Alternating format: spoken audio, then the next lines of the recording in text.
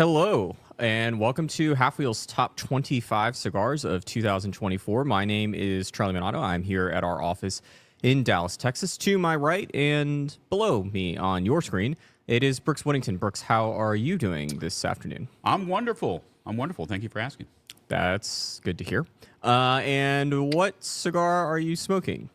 I am smoking an Alfonso Extra Añejo number 3. Now, in fairness, I famously confused which size we gave Cigar of the Year to 2 years ago and bought the wrong box of cigars. About a whole box of them. Of the wrong cigar. Is that the cigar that we gave the Cigar of the Year to? I honestly don't remember. No, that was a smaller one. Got it. That's what I thought, but I wasn't sure. We need to smoke these because I bought a whole box bought a whole accidentally. box of them, yeah. Things happen. Patrick Lagreid, you are not here in Dallas, Texas. You are in your home office in Phoenix. How are you this, I guess, still morning in Phoenix? Yeah, I'm doing well. It's another gorgeous sunny day out here, and just looking forward to a great Top 25 show. Yeah, it is not sunny here in Dallas, but it is not cold yet, so we're going to take the wins that we get. And are you smoking this morning, afternoon, whatever we're calling this hour? Yeah, I am. I'm actually smoking the Florida Sun-Grown Black Angus from Dunbarton Tobacco and Trust and Jeff Borshowitz of Corona Cigar Company. This is Steve Saka's attempt at using Florida Sun-Grown tobacco in a blend, and I've had a box sitting in the humidor since it came out, and finally just been waiting to try it and figured why not do it today. So FSG Black Angus. No day like the present. I am not smoking just yet. I will light up shortly. Unfortunately, I've got a lot of talking to do at the beginning. I mean, a lot of talking to do regardless because it's me and we're on video. But I will be smoking the Las Calaveras, I don't know, Decimo Anniversario. It's not. That's working focus. perfectly. Yeah, no, it's totally not going to focus. It's very colorful. It's the Las Calaveras 10th anniversary cigar that Brooks reviewed. I have not smoked it yet, so I was curious to do so on the show. Unfortunately, you're not here to hear us talk about what cigars we're smoking. You were probably here to hear Spanish mispronunciations or English mispronunciations. We'll see if we get It'll be both, I'm sure.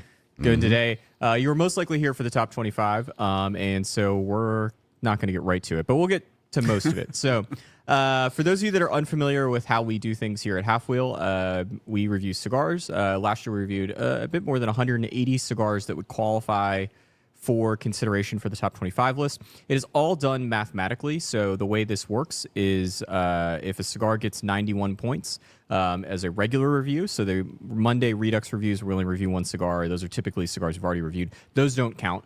But if it's a new cigar, it means it came out sometime in 2023 or 2024, and it gets a 91 or above, we either buy some more, or if we have a box or whatever, then we don't buy some more.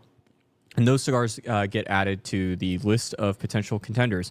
It's all based off scores. So let's say hypothetically Patrick reviews that Black Angus. It gets a 91. It would be considered for this list, and then we would either buy more of them. So that way Brooks, myself, and Brian Burt, who once again missed the video chat call time, can each smoke one cigar, rate them using the same scoring rubric. We turn in those scores, and no one sees them until about a week ago when all the scores get turned in, and then we see it. We don't do anything to modify the list to say, oh, you can only have one Black Angus on the list. We don't do anything that says, oh, I really liked this cigar, but we didn't review it, or I really like this cigar, but it only got a 90. We don't add those cigars back in. It is all done sort of very in the simplest form based on the numbers. And I think in a lot of ways, this list is really done oddly more for us at Halfwheel than it is for maybe you at home and the cigar manufacturers and the cigar retailers. We're not trying to put together a list of the flashiest 25 cigars. We're not putting together a list of the 25 cigars that I personally would like to smoke or thought were the best cigars of 2024. These are really based on these are the cigars that made it through not only the review process, which is pretty tedious, but also basically a second review with 3 more cigars smoked. So every single cigar on here is the result of their cumulative scores between 6 different tastings, smokings of that same cigar. And these are the numbers after we've done this process. One minor note for 2024 that's a little different. There were some new cigars that we reviewed as part of Holy Grail Week. Normally, Holy Grail Week cigars would not be considered for the previous year's list because those happened in the first week of January. But those were cigars that we otherwise would have reviewed, but we saved things like the Fuente y Padron Legends and the Davidoff Oro Blanco for Holy Grail Week because they are very, very expensive. And only one of the three of them actually scored 91 points or above, so only one of them was considered for this list. And with all that, I guess, in this map out of the way, I'm going to turn it over to Patrick Lagreid.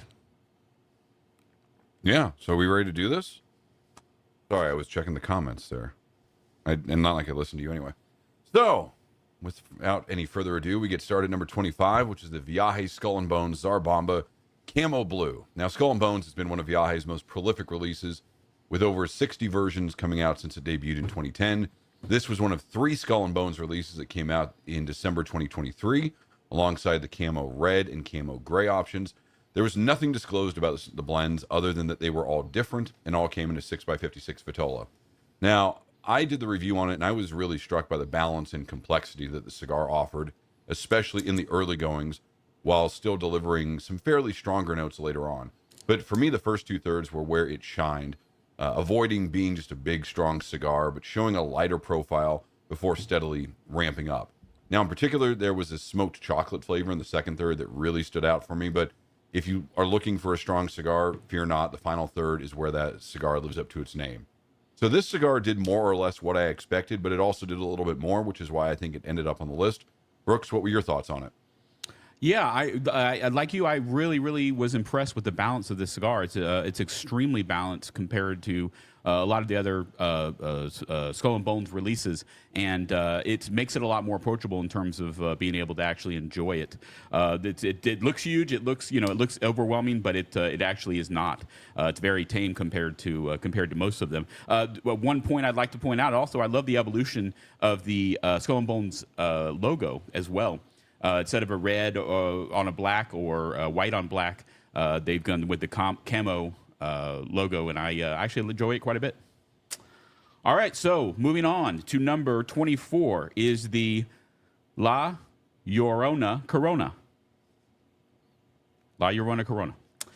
Inspiration for cigars comes in many different forms, but ADV and McKay has taken that idea to a really big level in terms of the marketing for their cigar company. In fact, the entire marketing campaign is based on a fictional story of a man named Adventura and his sidekick McKay, who travel the world and meet various people and things and do various things. Now, the La Llorona Corona, which I love saying, was introduced in 2020, and it actually has a Mexican San Andreas. It's named after a Mexican folklore character who is known as the Whaler, a ghost who is found near bodies of water. Now, the first in the line was regular production 5x52 Robusto, and this 6x44 Corona was added in April of 2023. The Corona is the only limited edition.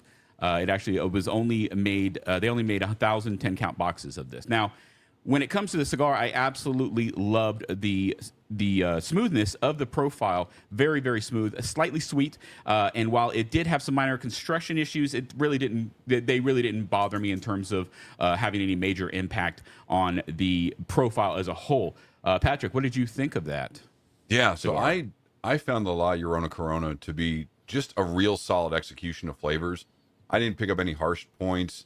There's a particularly earthy finish that sort of lingered around my tongue that earned a little bit of extra praise from me. I know, at least on my score sheet, it scored well for its draw and construction. And, going beyond the cigar, I also really like the approach that ADV and McKay has taken with this line, using it as an incentive that's only available to its top accounts, as opposed to just offering deals and discounts. If you're going to offer something unique like this for being a great customer, it better be good.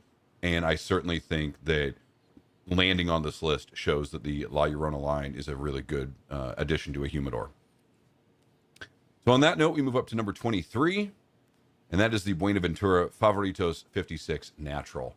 Now, last October, Curavari introduced an update to its value-oriented Buenaventura line that it calls Favoritos. There were 3 blends released, one with an Ecuadorian Connecticut wrapper, another with a Mexican San Andreas Maduro wrapper, and this one, which uses a Habano wrapper grown in Nicaragua's Jalapa region. All three get a Nicaraguan binder and filler, though with tweaks based on the wrapper. Now, this was a cigar that encapsulated a theme that I found in a lot of cigars in 2024, which is that it has what I refer to as a high floor, meaning it does all the things that a cigar should do right, it does them right. Even if the peaks maybe weren't as high as other cigars, there's a lot to be said for doing that.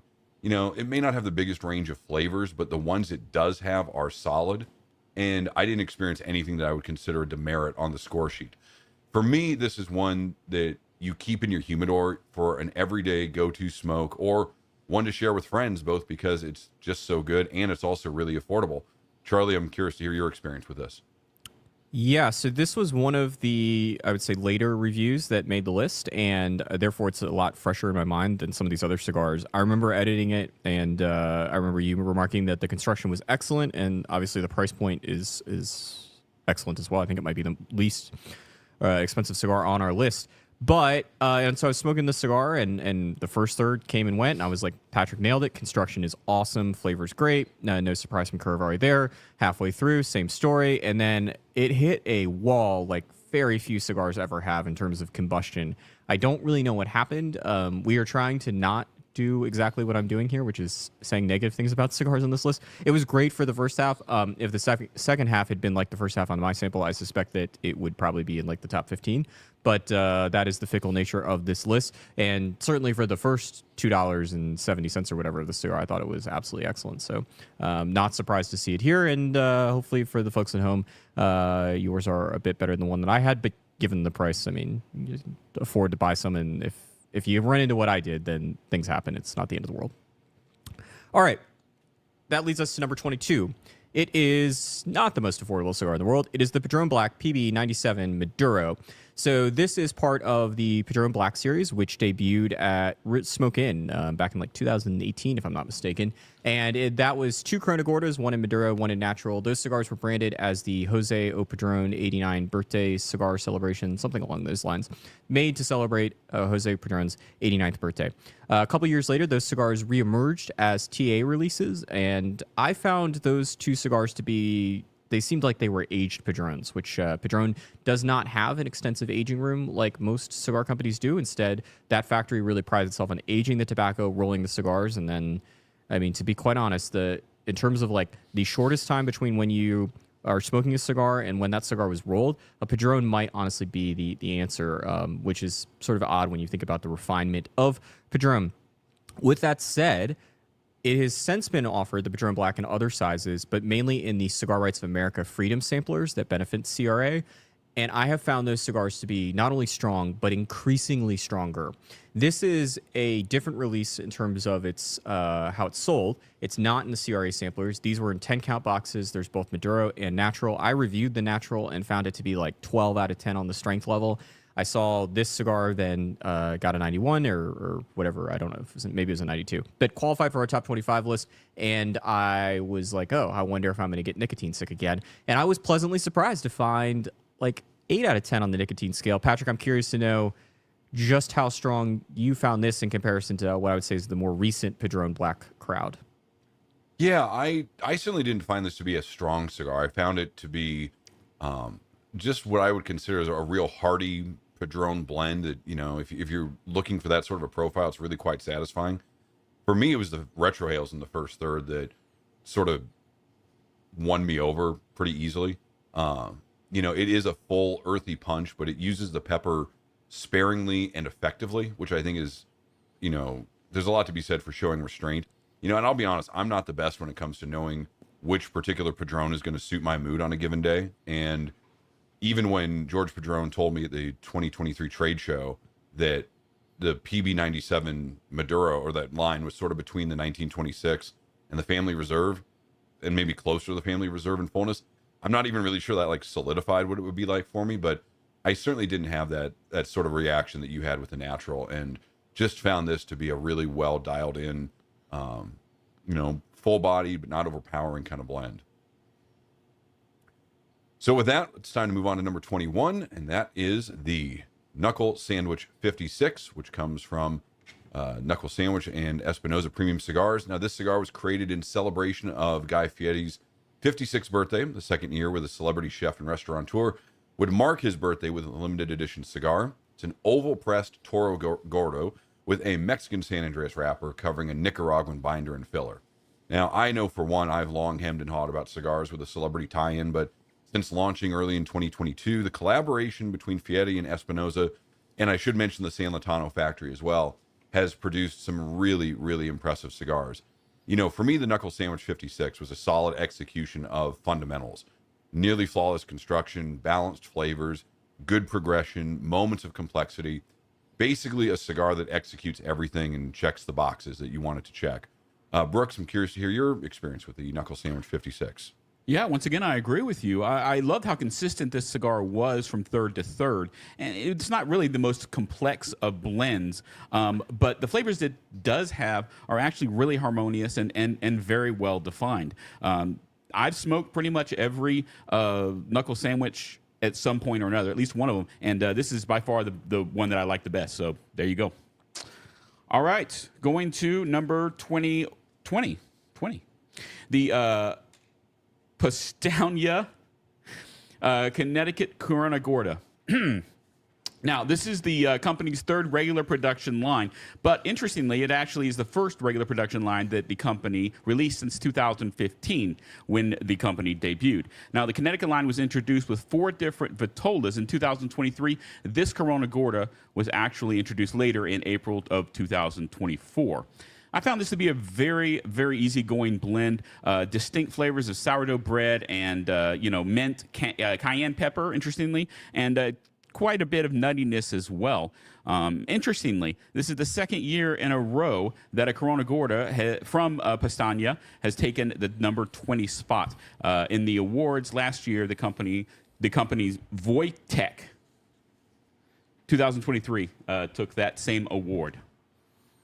So, sorry. No, I just chimed in. Charlie, what did you think of this cigar? I just chimed in to say not only that, this is also the second year that this line has made the list. The Pastania Connecticut Perfecto was the number 15 cigar last year on our list, and I thought this was good. I think I like the Perfecto better. And I think this might be my favorite Connecticut seed, shade, whatever you want to call it, blend from Nica Sueño, dethroning sort of the Intemperance EC.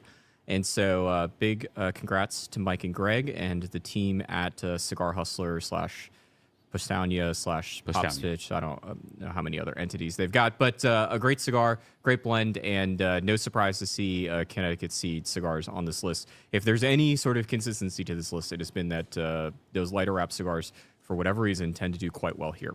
So that takes us to number 19, not 18. Do I need to remove you from the screen, Brooks? Is this Patrick? Yeah, I think it's Patrick, right? All right. Let me According to my list. take you off. All right. So at number 19 is the 601 La Bamba Warhead 10. This is the 10th cigar in the Espinosa Premium Cigars 601 La Bamba series. The La Bamba was supposed to be 601, the strongest 601, and the La Bamba Warhead is the Maduro version of that, though the blend has changed over the years. And this is another cigar like that Knuckle Sandwich 56 from the San Latano factory. And the San Latano factory was one of 2 factories that were named factories of the year. Typically, we try to just do 1. But we did 2 this year, and I was a big proponent of putting the San Latano factory on this list. My comment to the team here was that I think the 5 cigars or 6 cigars that I smoked from the San Latano factory this year at that point were the 6 best or 5 best cigars that I'd smoked from the factory to date. And what really has impressed me about the factory, and I think kind of the overall trajectory of the AJ Fernandez blending style of late, has been that we are seeing cigars that are not necessarily all about being amped up. And this was an example of that, which is quite odd considering, nope, wrong person. Quite odd considering that this is supposed to be a really powerful, at least marketing wise, like you get the sense it's supposed to be a really, really strong cigar. And I found it certainly not to be mild, but it was, maybe at the top end of medium full, but nowhere near like what I would consider to be a full cigar from AJ or one of AJ's factories, and an absolutely excellent cigar. Patrick Lagreid, curious to know, did you find this to be a more refined version of La Bamba, or were you thinking that was still full powerful strength? Yeah, no, I definitely thought it was an advanced evolution of the La Bamba blend. I don't remember exactly where it was in the cigar, but there's something that you kind of realize, like, man, this thing is just kind of in the zone, like it's doing things right. And I had notes that it was like that's impressively smooth for this kind of a blend, and it's man, like I'm just really enjoying this, and there is some pepper, there is some fullness, but it's not the, we're just going to punch you straight in the mouth out of the gate and then just, kind of run ramshot over you with Ligero strength. And just a really nice blend overall. And we also should give it a quick little shout out for earning the number 6 spot on our packaging awards, thanks to the distinctive box that I have to imagine has ended up on shelves and walls all around the country, if not beyond. But yeah, we're just a really nice sort of evolution for that La Bamba blend. And so while not necessarily named for a weapon, our number 18 cigar does have a military tie-in. It is the Warfighter Night Shift. Warfighter Tobacco Company makes its debut on our list with Night Shift, a cigar that celebrates the work of those who toil when the sun goes down, specifically the warfighters, operators, first responders, and all the other unsung Americans who work the night shift. That's what gives it its green color scheme, which borrows from night vision equipment, and which led to the piece of candela on the head of the cigar. Now, while this is a Habano seed wrapper, which I do generally like, one of the primary things about this was that it didn't just taste like a typical Habano profile. There were several moments of creaminess, some interesting cocoa powder, some other sort of different accents that kind of helped to separate this from the typical Habano wrapped cigar profile. Again, I found this to be a cigar that had a really, really high floor, as it didn't make many, if any, mistakes flavor-wise for me. Charlie, what was your take on this cigar and its candela little addition there at the top? Yeah, I think their tasting notes there really highlight that little strip of candela. Candela is I would say, divisive flavor. It used to actually be the most popular wrapper option here in the U.S. maybe 70, 80 years ago. But it certainly has fallen out of flavor, and I understand why. It's just something that I find oftentimes to be overwhelming, and I'm good with it for like 15 or 20 minutes, but after a little while, it just doesn't seem to allow the fillers to shine as much as I would like them to with other wrappers. And this was a great compromise with it, because with having that candela on there, but not the full length of the cigar, the lips are going to get some of that residual creaminess and sort of that muted flavor that candela can provide, but with still that unique sweetness. And then you've got the rest of the cigar, literally on fire. It's providing most of the flavor. And so for me, this is a great cigar if you're like not entirely opposed to candela, but you just don't want it that much. I think this is a great option. And congrats to Warfighter Tobacco. This is the first time it is on the top 25 list from us. So with that out of the way, and Patrick off the screen, going to get to our number 17 cigar. And that is the Crux Epicure Habano Toro. This is a cigar that I think was like shown off in 2022. I think it came out in 2023. We did not review it for whatever reason until 2024. And here it is after all that time. And it is, a very, very good cigar, as evidenced by its number 17 spot on our list. And it's another cigar from Plasencia that has that factory has done very, very well on our list over the last few years. But this is a little bit different because it's not as expensive as Plasencia's own cigars tend to be marketed as. And so I think this provides a lot of what you can expect in those other Plasencia blends. Aged tobacco, complex flavors, great construction, but without having to spend $30 or $40. Brooks, you've been smoking Crux since when it was still called what was the name? Rush? Rush. Yeah, before it was Crux, it was Rush. It never came out that way. Never came out that way. But there was like packaging and marketing. Yeah. Anyway, so you've been smoking Crux since pre-Crux. How would you put this in the Crux pantheon? Because they have made the list a few times before. Sure, and look, I love a lot of Crux's blends, and the Habano is no different. I think they did it right with this specific line. It's complex. It's creamy. It's still got a little bit of punch to it, but it's medium medium plus strength at best. It did take me a little while to smoke. It took me a lot longer than I expected to smoke it for some reason. It didn't seem to be full of tobacco, but for whatever reason, it took me a little longer to smoke. One more note: I love the packaging on these cigars and some of their other releases. They've got these 5-pack cardboard packs that really look great, very well designed, and that's a really great addition to how they actually sell their cigars. So coming in at number 16 is the Dias de Gloria Brazil Toro.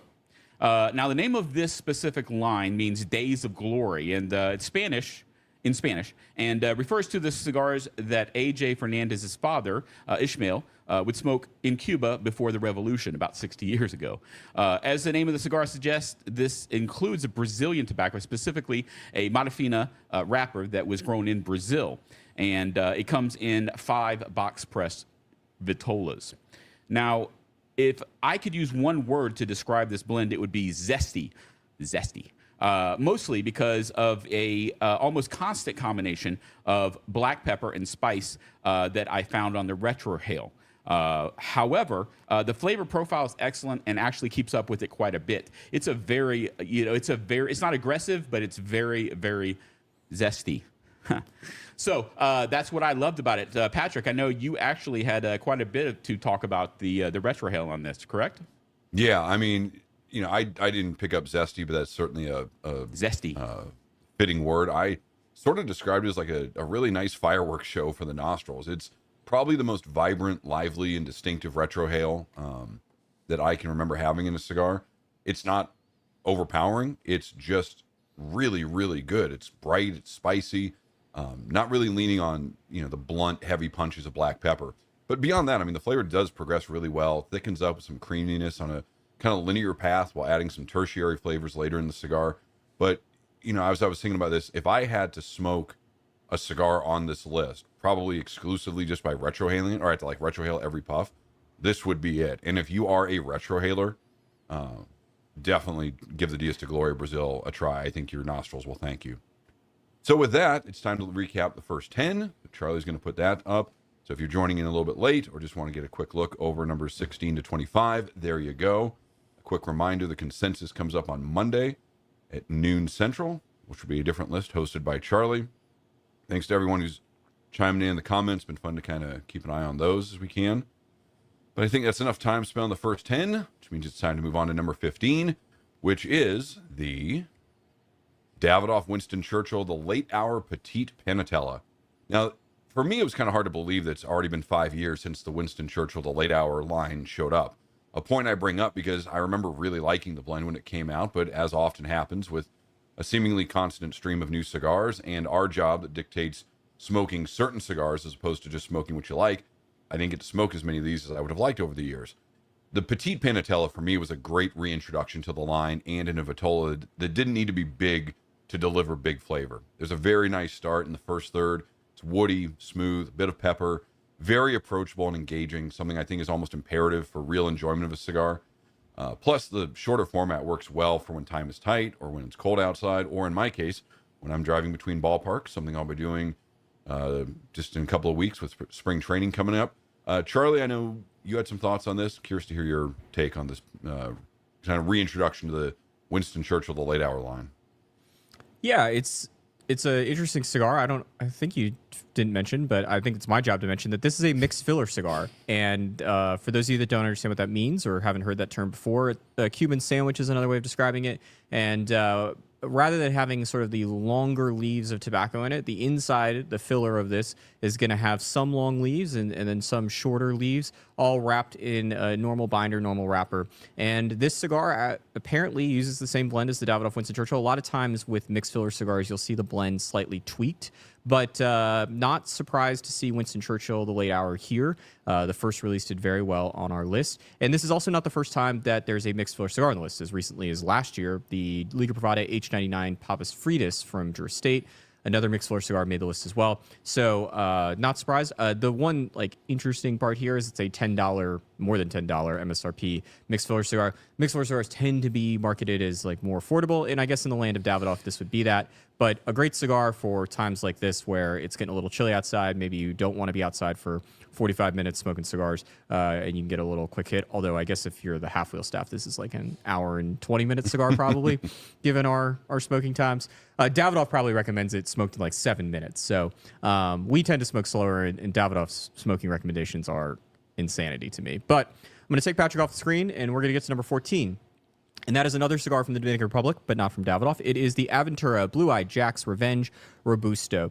And I think that Aventura, this is the second time that it has made the list. The La Llorona Corona, Brooks' favorite name to say on the list, was previously on here. This cigar is an interesting story to me because it highlights the growth of Aventura and also some of the struggles that the brand has had. Namely, that in September of 2022, there was a fire at Tabacalera William Ventura, which is the factory that has made most of the Aventura cigars and is probably best known as making Caldwell's cigars, or at least many of the Caldwell lines. That fire basically burned the entire factory. It didn't, I think, burn it to the ground, but it burned everything inside of it.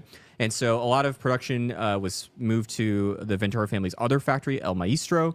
Caldwell canceled a bunch of lines because of the fire. And in the case of Aventura, they ended up making their own factories. So this is the first time I believe that there's a cigar from Tabacalera Mina del Rey on our list. And it's not surprising. This is a great, excellent, fuller Dominican cigar, I would say, with a fair bit of complexity. I actually noted that I found the first third maybe to be too full. It seemed like it needed to be tamed down almost in a way. I'm not a huge wine drinker, but it did seem like sometimes there are wines where it needs to be opened up. And to me, that was the feeling here. And after the first third, that opening up occurred and the flavor really started to sing to me. Patrick, did you find it to need a little bit of self-correction in terms of that fullness? Yeah, I don't know if it's necessarily, I'd say, self-correction, but it was really, for me, the kind of totality of the blend and the experience. It does start on a fairly strong note, but then as the earthiness kind of evolves, the creaminess comes in, pepper, a little bit of sweetness.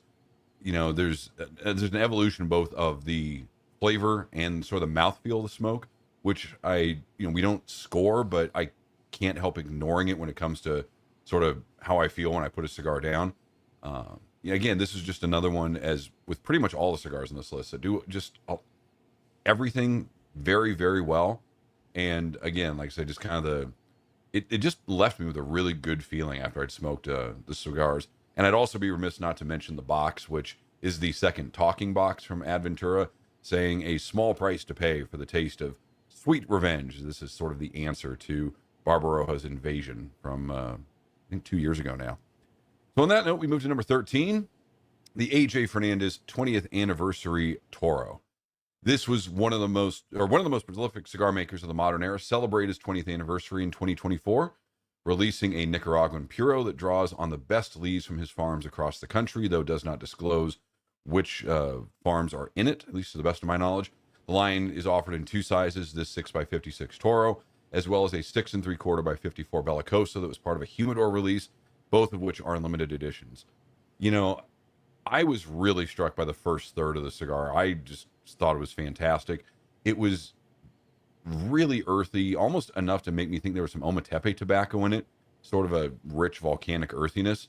The retrohale shine throughout the cigar, revealing this really wonderful smoky campfire. I happened to smoke this on a very cold January evening, even though I was indoors. It was probably one of the few cold spells that Phoenix tends to get. And for whatever reason, the profile just was what I needed on a cold night. I think it might have been the best aspect of the cigar, to be honest with you. I don't know how I would have liked this if it was 110 degrees outside in mid-August, but man, it certainly hit the spot on that cold evening. Brooks?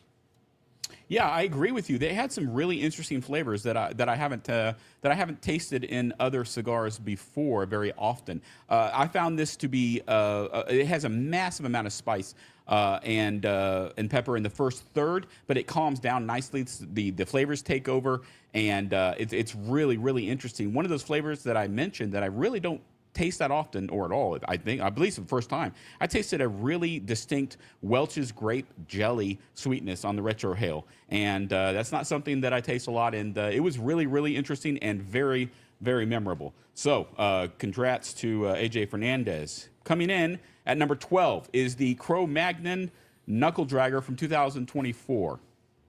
Now, the original Cro-Magnon line debuted in 2011 as Roma Craft's first regular full production release. And it was made with a Connecticut broadleaf wrapper. The line grew to about more than 20 vitolas, which caused the company issues with sourcing that Connecticut broadleaf wrapper. Rather than change the blend and not tell anybody, as some cigar companies might do, or just stop, completely do something different with the blend. What they decided to do is they decided to change the actual wrapper to a Pennsylvania broadleaf wrapper. They were very, very upfront about it, and to their credit, they explained why they did it and what their reasoning was behind it. Now, the interesting thing that I find is that the original Cro-Magnon, the one with the Connecticut broadleaf wrapper, has always been a little too strong for my taste. It seems to sacrifice flavors for strength, and that is not the case with this blend. The Pennsylvania Connecticut wrapper and any other changes they made is really, really on point here. It is more refined, it's more approachable, and it's really has some distinct flavors that I loved. It makes it a better cigar, in my opinion. Patrick, did you agree with that? Absolutely. Assessment? I mean, my lead notes on this was just it was a really rich and balanced profile that was able to layer flavors well. And I think sometimes when you have a tobacco that can be so dominant, like Connecticut broadleaf, that makes it tough because it really does offer a big bold flavor that can be sort of tough to work around. But the first couple of puffs and really the first third did such a good job in setting up the profile, getting things going on a really easy to enjoy note. If anything, my only knock on this was that I think I wanted a bit more cigar to kind of experience more of the profile. Not that it felt like it was rushing to deliver the whole profile, but I do wonder if a little bit larger size might have allowed the flavor profile to kind of be fully expressed with a bit more pace, but certainly nothing to complain about when it comes to the 2024 version of the Cro-Magnon Knuckle Dragger. And that brings us to number 11, which comes from Plasencia. It's the Cosecha 151 La Musica. This is the third time that Plasencia has released a Cosecha line. There was the 146, which used tobacco from the 2011-2012 crop. The Cosecha 149, which is a Honduran Puro, using tobacco from the 2014 harvest. And then the 151, which comes from 2016. Now, Plasencia said that the wrapper used on the Cosecha 151 is similar to the one used on the 149, though it is from a different harvest and a lower priming. Now, what caught my attention about this cigar was when it was unveiled, Nestor Andres Plasencia said that, quote, "We wanted to give Honduras the respect it deserves in this industry." And I found that interesting from a number of reasons. Number one, I do like Honduran tobacco when it's well done. I think it can struggle when it's maybe not processed as thoroughly as it needs to be. I also find it interesting that we're still having this conversation because there have also been some really good Honduran Puros that have been released over the years. Regardless, I certainly think the cigar did that, and ending up in the number 11 spot, I think would suggest that it did put a really a good amount of respect on Honduras. For me, it does show off the best of Honduran tobacco, which can be challenging to use. It picked, for my palate, 3 core flavors, wood, earth, and pepper, gives each one a third of the cigar to shine, but also creates some really great transitional profiles and some complexity with this thread of creaminess that kind of runs throughout the cigar. I could probably say the cigar has 5 or 6 distinct profile points, all of which are well above average. Brooks, what was your thoughts on this? Yeah, no, I'm with you 100%. Look, for the longest time, I wasn't impressed with Honduran tobacco in general. That has changed for the better. I can say without hesitation that this is one of the best cigars that I smoked last year. Profile is vibrant, clean, and excellent assortment of flavors that really packed in a wonderful balanced medium plus cigar. It is excellent, and my advice is to try it as quickly as possible. So, going from there to the first 15 recap here, you can see the list of all of the 15 cigars on the list so far. I'm not going to go through them, but that's what we have so far. And I think you're up. This is not the consensus list, just to clarify. Speaking of things that This is Monday. It's on Monday. It is not.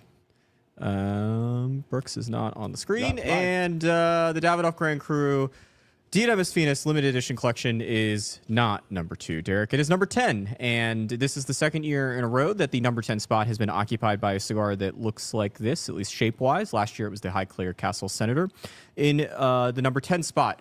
So this is the final cigar in the quartet of Davidoff History Re-Rolled series, which generally speaking has been Davidoff re-releasing cigars that it previously discontinued.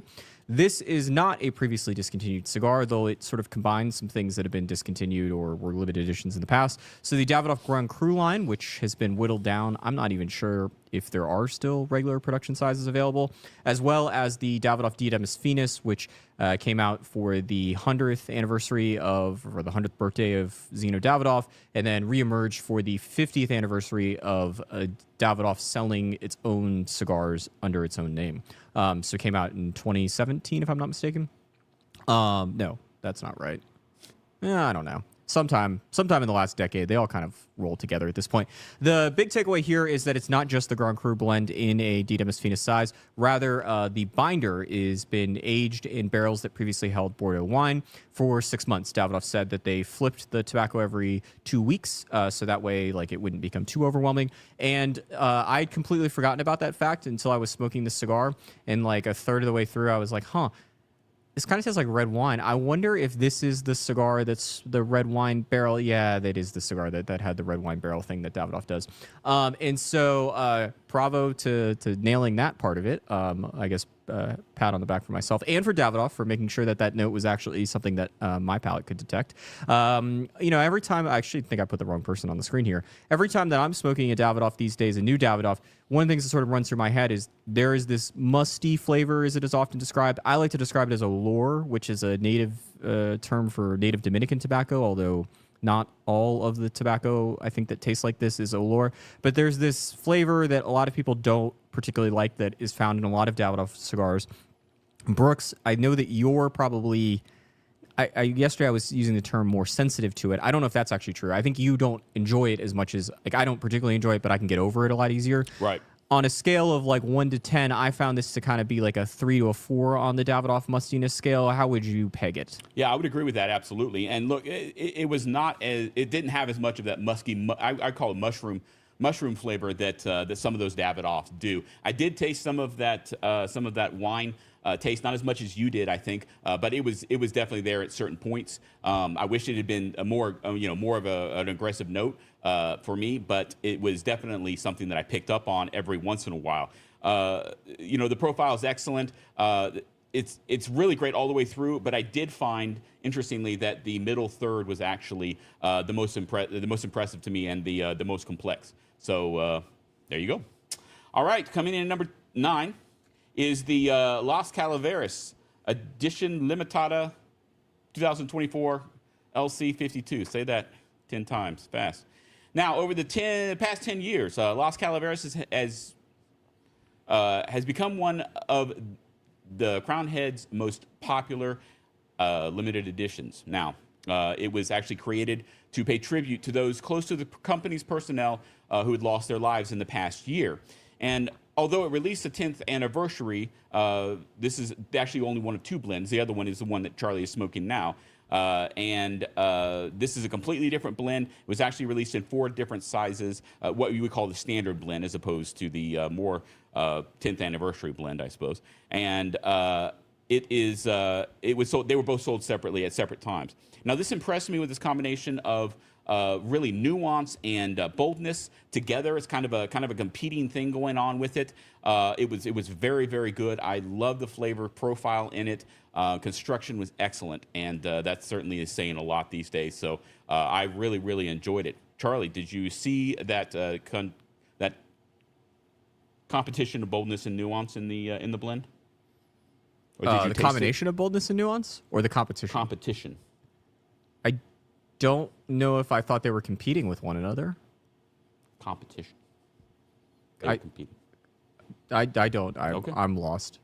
This is why we practice. I will agree with your assessment, though, that this is a much better cigar than the Decimo Anniversario, which I'm currently smoking, and not having the same issues I think that you had with it. It's a good cigar, but I did prefer the Edición Limitada 2024 blend. I will say this has been not only one of Crown Head's more popular series from a commercial standpoint, but also a very highly awarded series here at Halfwheel. This is the 5th time that the Las Calaveras release or a Las Calaveras release has made our top 25. To run down the list, in 2014, that cigar finished number 4. I have no idea. Like that is the best Crown Head cigar I've ever smoked, and man, that 2014 list was something else. 2015, it finished number 14, 2021, number 18, and 2022, number 17. And so now back in the top 10. An excellent cigar from Crown Heads, and not surprised at all to see it here after my review. So I need to take some things off the screen, take the comment, take the Brooks, and we're going to move on to number 8, or I'm going to move on to number 8. And number 8 is the Leroy Neiman 2023 Collector's Edition. I looked at our 2023 list earlier this week, and I came to the realization that I think since we did the live show a year ago, I have smoked, of the 25 cigars on that list, I've smoked like 4 of them since that time. And as Patrick alluded to, the realities of what we do here at Halfwheel means that we don't get to smoke a lot of cigars for pleasure, or at least as many as I would like to. A lot of the cigars are smoked for work. And so when the other thing that happens with this list, and there are a lot of cigars on this year's list, last year's list, all the lists that we do, most of these cigars are excellent, but a lot of them require a lot of attention when smoking them. This was one of the rare times when it's an excellent cigar that I find very easy to smoke. And therefore, I really enjoyed smoking these cigars at least a year ago when we still had some, except there was controversy because I went to go open up the box of cigars and I saw that there were like 3 left. And I'm like, where did these cigars go? I've not been smoking that many of them. And come to find out, Brooks was giving them away to people, in Cuba who have no idea what this thing is, giving them away to just random people. And, we have a lot of cigar boxes here I could care less about Brooks giving cigars away from. But this was one of them. I really, really enjoyed this. Patrick, I'm going to ask you the toughest question here. Mm-hmm. I think this is the best cigar. This is the best cigar I've smoked from El Reloj. I've not smoked every single cigar from El Reloj, but amongst the ones I have, this is the best cigar. A binary yes or no question, Patrick. Is this the best cigar you've smoked from El Reloj to date? Yes. There we go. Do you have any other thoughts about it? Yes. Sweet. You can continue. No, I really was struck by the unique flavor profile in the first third. Kind of the sweet bread flavor, but with a touch of pepper. Impressive both in its uniqueness and the intricate nuances that it offers. Again, I'm a big fan of good starts to cigars. I think it just sets the tone and doesn't necessarily mean the rest is going to be great. And, a less than ideal start doesn't mean the rest of the cigar can't turn it around. But when you have just that initial flavor profile that just latches your taste buds and your sense of smell onto it, it really is a help for me. So, yeah, flavor-wise, nothing to complain about.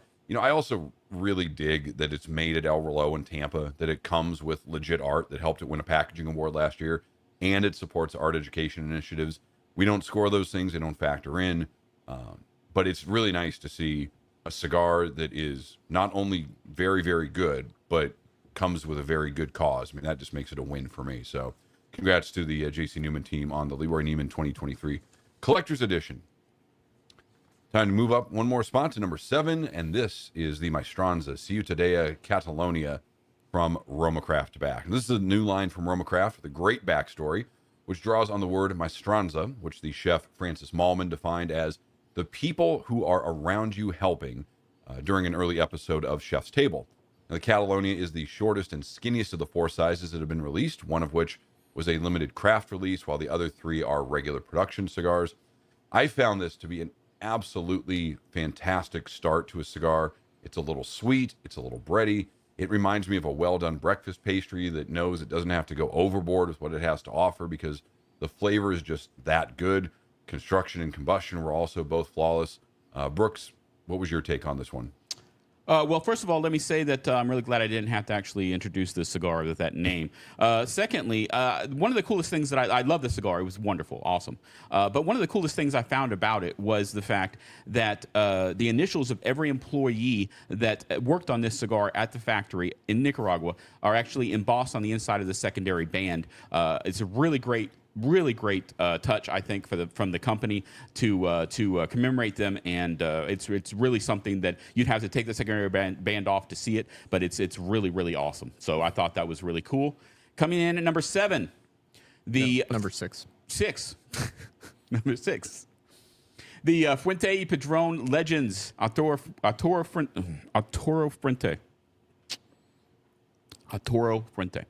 Now, this had to be one of the most hype releases ever, and for good reason.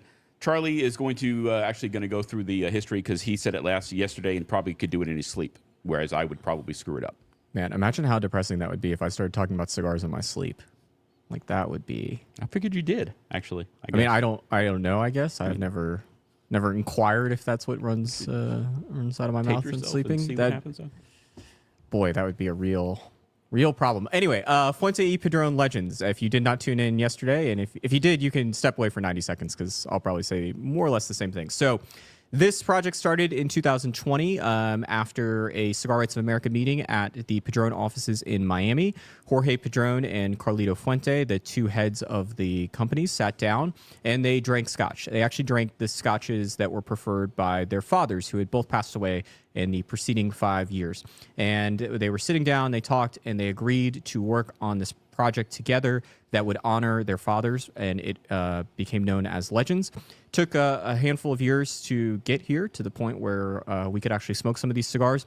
They were shown off at the 2023-22 trade show.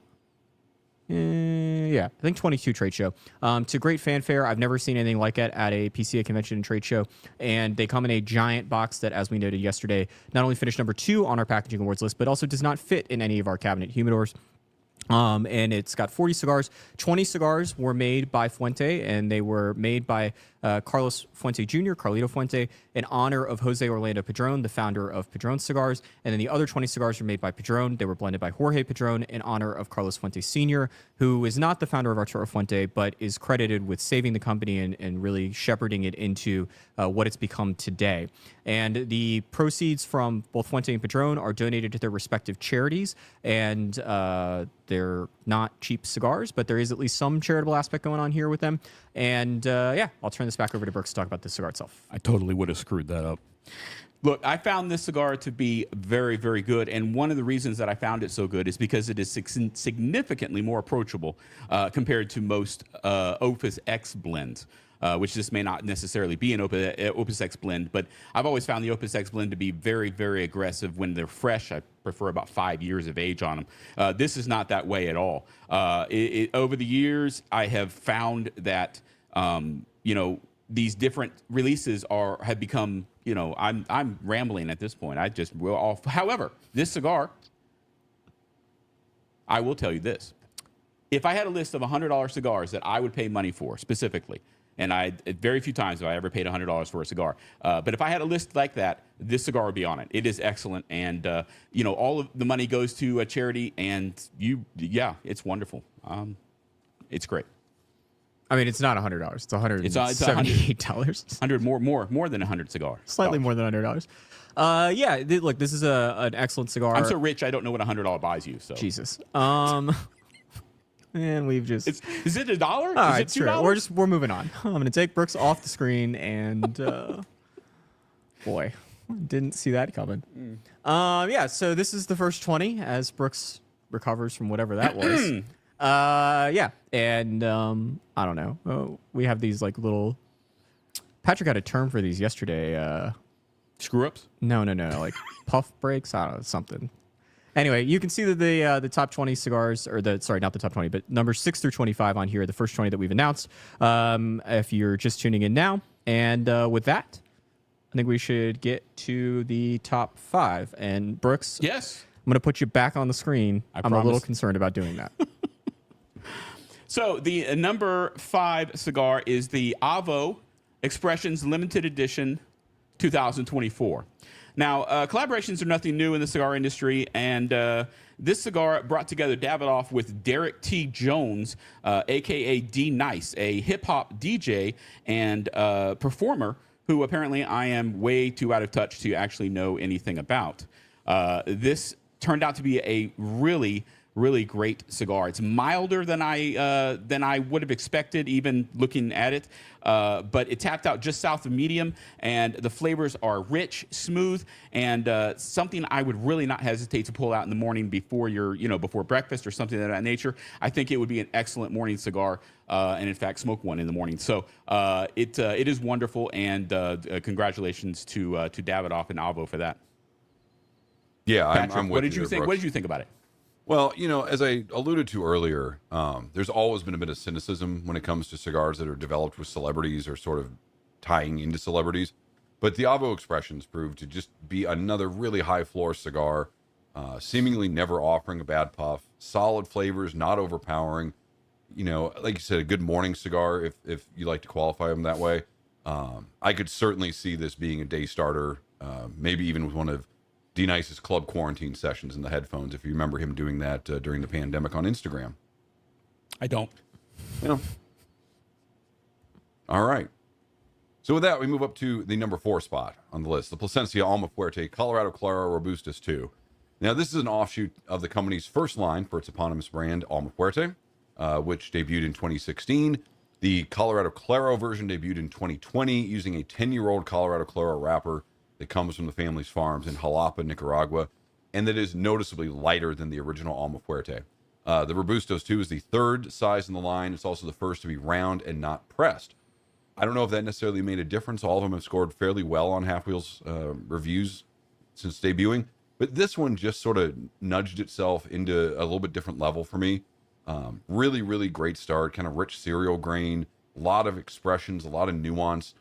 Combined into one that sets, again, a very high bar early on, and then uses the rest of the cigar to develop and kind of dance around, poke around those flavors a little bit without getting too far removed from where it started.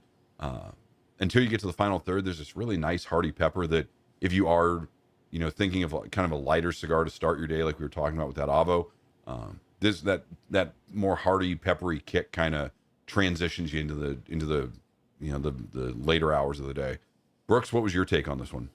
Yeah, I love this cigar, and it's definitely deserves its spot on the list here. I did find it interesting that on the boxes these cigars come in, they feature a quote from Ruben Dario, a famous Nicaraguan poet, and he just happens to be the inspiration for the Metapa line from Foundation Cigar Company. So there's definitely some interesting coincidences there.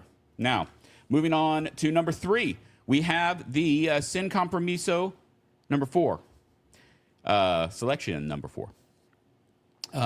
Now, the name of this cigar means without compromise in Spanish, and Dunbarton Tobacco and Trust founder Steve Saka certainly did not compromise with flavor. Did you like that? Thank you.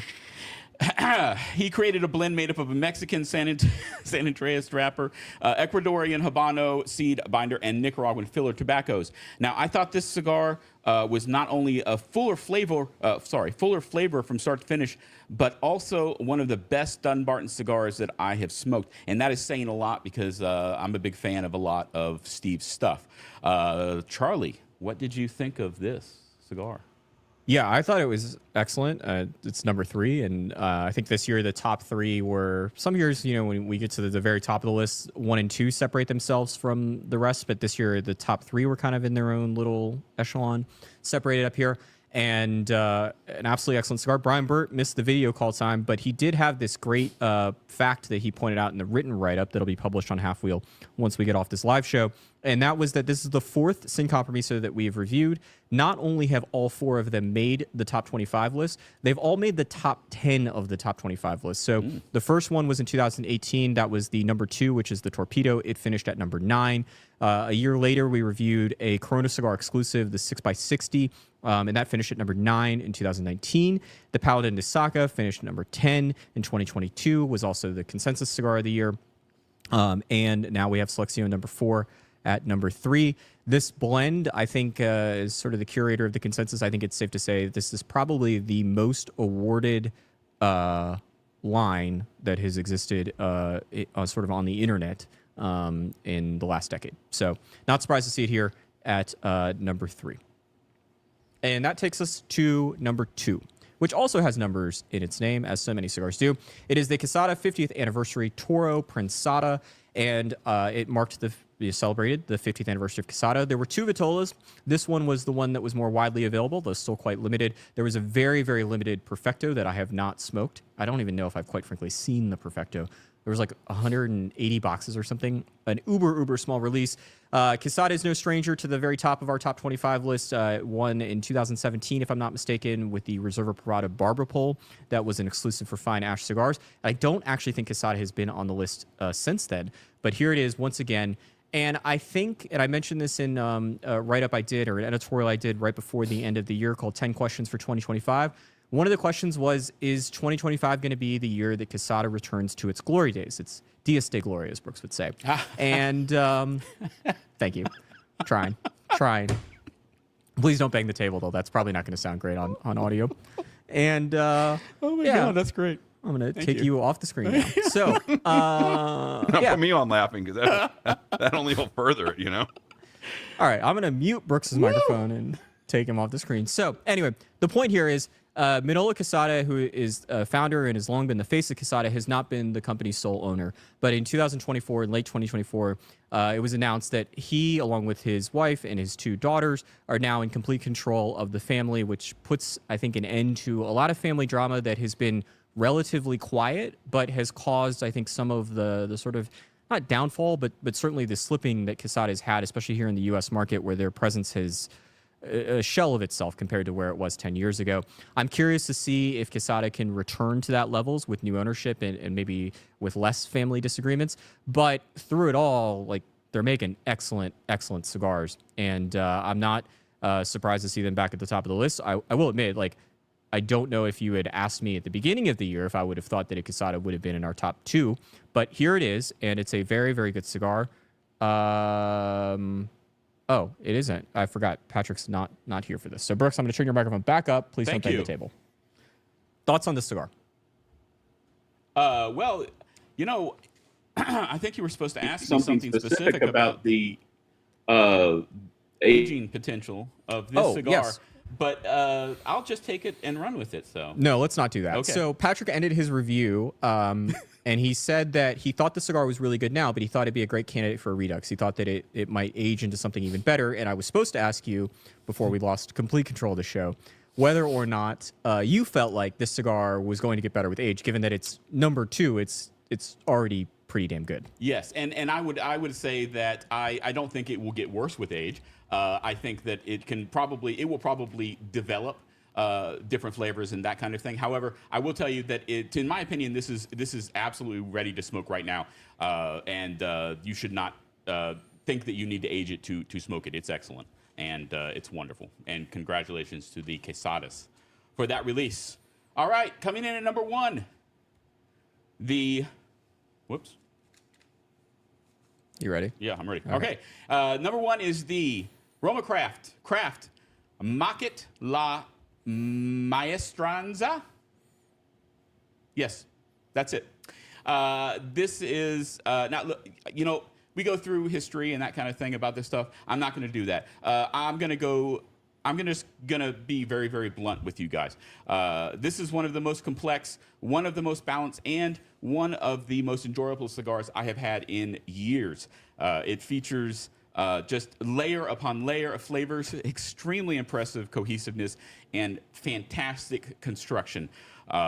It is on the strong side. It's not a light cigar by any means, but the medium full strength never comes close to overwhelming the actual flavors that are just excellent in this. I really, really wish that Roma Craft would make more of these so more of you could actually try them, because you will be very impressed if you ever get the chance.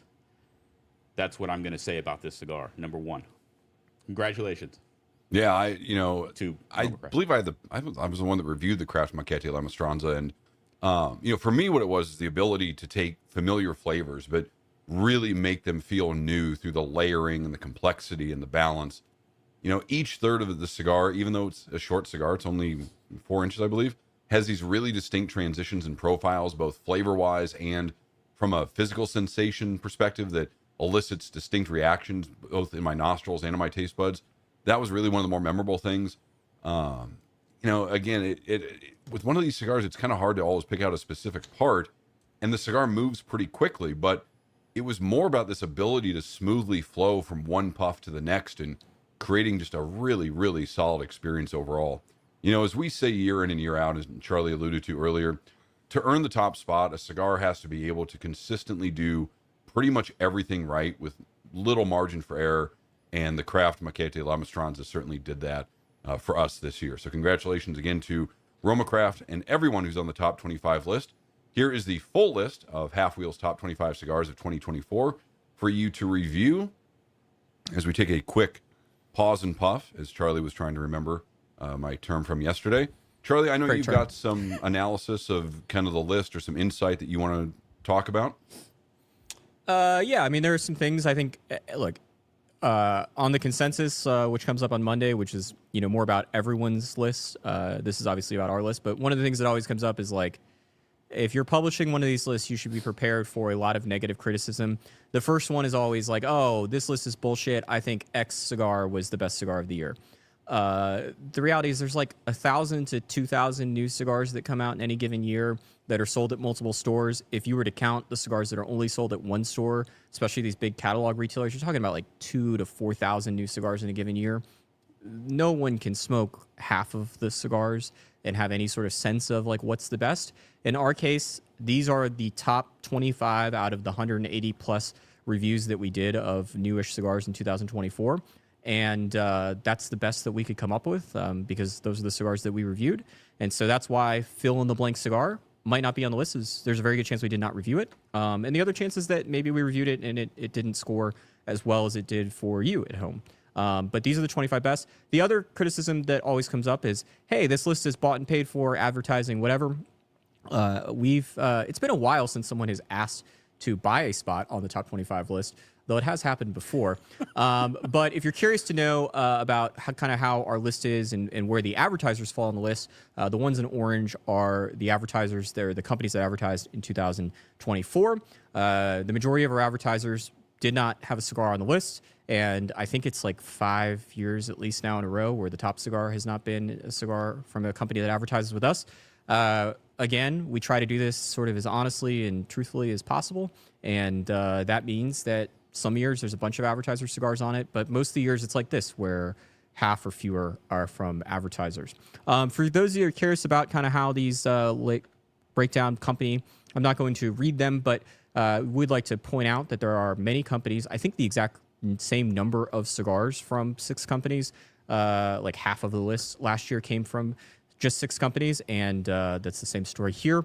Obviously, Davidoff and RomaCraft back at the top of that list with not only 2 cigars, but 3 cigars on the list. If you're curious about how that breaks down by factory, this is what it looks like on that front. And Nica Sueño, not surprising to see it at the top. Again, that was one of the 2 factories that we named Factory of the Year in 2024. And if you're curious to know by country, it looks like this. The one undisclosed is that Viaje at number 25. We were not told what factory that came from, so still don't know. And if you're not familiar with flags of Central American countries or Latin American countries, this is what it looks like in English. And if you're curious about how expensive these cigars are, I guess this is only like a summation of the data, but that is how it breaks down by price point. Surprising, like 10 to 20 is kind of the core of new cigars these days. Unfortunately, the days of $10 being the sort of median starting point are long since past. But we still had a few that came in under $10, even if the one mix filler cigar was over $10, just barely. If you're curious to know how that compared to last year, this is what it looks like. And I would say the biggest reason as to why there has been a decline in the median, or not the median, but the average price and the total price. Last year, we had a number of high-end Plasencias on the list, and we had 2 Plasencias this year, but they were nowhere near as expensive as the 2 from last year. And then the number 1 cigar last year was a Mirafel that was $80-something, although this year we had the $178 Legend cigar that really sort of helped boost that average price. So, Brooks, I'm going to once again dangerously give you the floor here. We have some closing thoughts from each of us. I'm going to let you start. Right. So the interesting thing that I found thinking about seeing all of this is just how dominant RomaCraft tobacco was tobacco was on multiple lists this year. They tied for the Factory of the Year with Nika Sueña. Sueña? Sueña? Nika Sueña is the factory. Yeah. They tied for Factory of the Year. Their factory tied for Factory of the Year. And they had 3 of the top 25 cigars this year. One more was actually rolled at their factory of the top 25 cigars. And something that really cannot be overstated is the fact that 2 of those top 25 cigars that Roma Craft had on the list have an MSRP under $10 if my list here is correct. And Charlie made it, so I assume that it is. And that really is an amazing thing to have, such good cigars that don't cost, an arm and a leg. As Charlie mentioned, $10 cigars are just not all that prevalent anymore. Patrick. Yeah, I have to kind of piggyback on what Brooks was saying about price. I, as well as you, Charlie, we see every comment that gets put on an article that we write. And certainly 2024 seemed to be not only the year of the $100 cigar, but the year of complaining about $100 cigars. And so I was really happy to see the average price come down notably, and that the bulk of the releases were in the $10 to $20 range, which, as you mentioned, does sort of seem to be the starting point for the vast majority of cigars that are coming out these days. As you see on the screen, these are the $100 cigars that we reviewed and rated in 2024 that did not make the list, or some that did not make the list. And, look, we can have the $100 debate or the pricing debate and discussion, but I sort of think it's kind of futile because I can just point out a Buenaventura to you that was what I thought one of the best cigars I smoked this year, and it was $6, under $6 before taxes. So, for me, again, I'm always happy to see that even though there's a lot of complaining and a lot of grumbling and gnashing of teeth about these, sort of one-off rare $100 plus cigars, there's still a lot of good stuff to smoke. And cigar smoking is still an affordable, accessible luxury to seemingly the vast majority of people. And there are a lot of really, really good cigars in humidors all across the country. Yeah, and on that note, another thing that has come up a lot with our list has been that there's not been very many Cuban cigars on the list of late. And there are a lot of reasons why. I've covered them in the past, but I will sort of give you a very brief summary, or as brief as my talkative ass can do. It is very difficult for us to get new Cuban cigars. Obviously, we are based in the U.S., which has got inherent difficulties. But increasingly, over the last 4 or 5 years, the big problem has been that when there are new Cuban cigars released, there just aren't that very many of them. And so if there is a new release, a lot of times these distributors are sitting on these cigars for months on end because they're waiting for more cigars because they don't have enough cigars to make it sensible to release into the market. And this is with the exception of Edición Regional releases, which I would say are different. And so what ends up happening is we just don't have access. We would be willing to buy them, and we did review more Cuban cigars this past year than we did in 2023.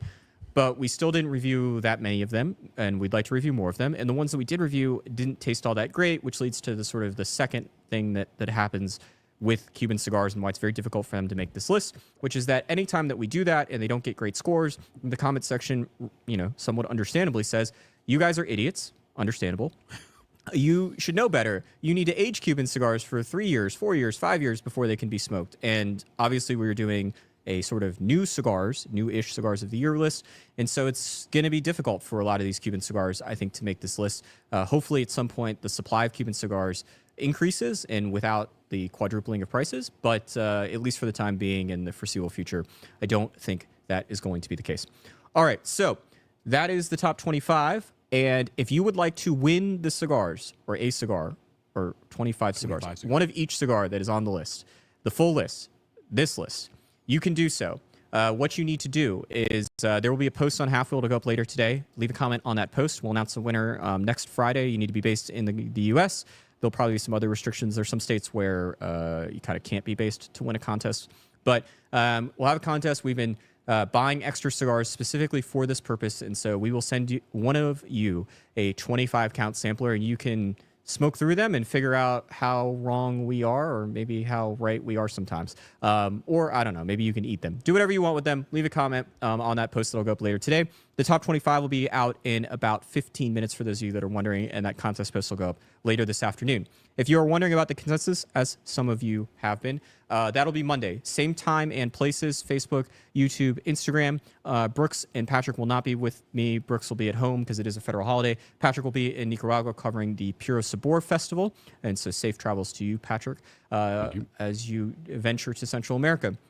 But I will be here on Monday to talk about the consensus and unveil it. It will be a very, very different show than this one, not just because it will just be me, but it's also going to be a Q&A show. So if you haven't tuned into the consensus live shows in the past, I'll probably unveil the consensus in the first 15 minutes from start to finish. And then after that, I'll take your questions. They can be about the consensus. They can be about our list. They can be about cigars in general. And so I'll sit around and chat with you guys for about an hour.